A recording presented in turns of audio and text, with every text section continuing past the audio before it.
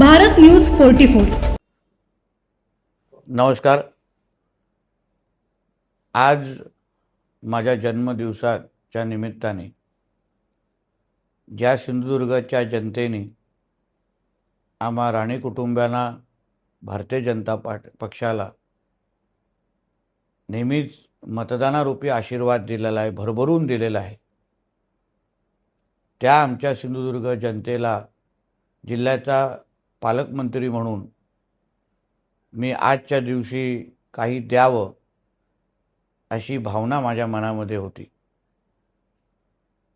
जनतेची सेवा करणं हेच माझं मूळ उद्दिष्ट आहे आणि माझ्या जनतेच्या मनातला प्रत्येक प्रश्न, प्रत्येक अडीअडचण सोडवणं आणि ते सोडवण्यासाठी कुठल्याही टोकावर जाणं हे संस्कार सन्मान्य राणेसाहेबांनी आम्हाला दिलेले आहे।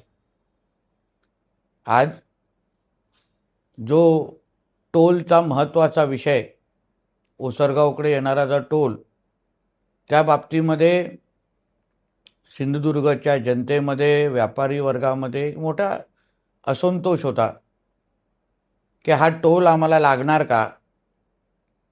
टोलच्या बाबतीमध्ये केंद्र आणि आमचं महायुतीचं सरकार आम्हाला काही सहकार्य करू शकतं का अशी भावना सगळ्यांमध्येच होती आणि त्याच भावनेचा आदर ठेवून मी सिंधुदुर्गच्या जनतेला विश्वास दिलेला, शब्द दिलेला की ह्या बाबतीमध्ये निश्चित पद्धतीने सकारात्मक तोडगा काढला जाईल।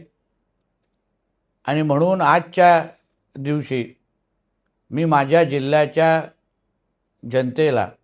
जनतेसाठी एक सकारात्मक बातमी इथे देणार आहे।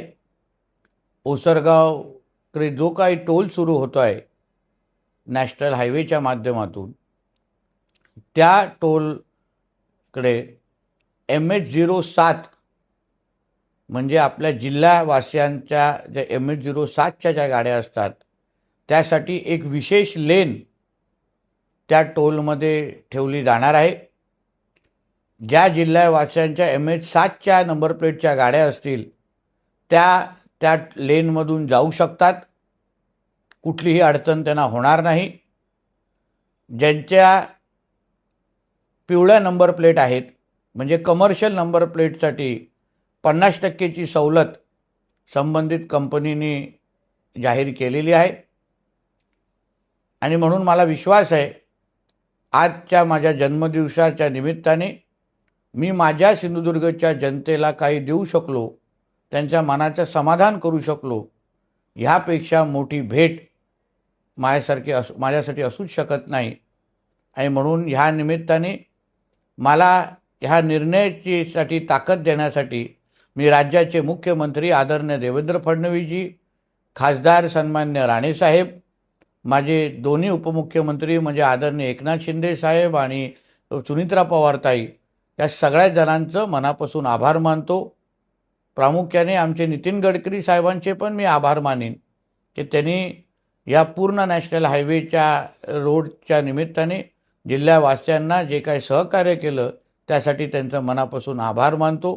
परत एकदा ओसरगावचा टोल ज्या दिवशी सुरू होईल त्या दिवसापासून MH07 साठी आपल्याला एक वेगळी लेन उपलब्ध करून दिली असेल, त्याच लेनमधून MH07च्या सगळ्या गाड्यांनी प्रवास करावा एवढं आवर्जून या निमित्ताने मी आवाहन करीन, माहिती देईन।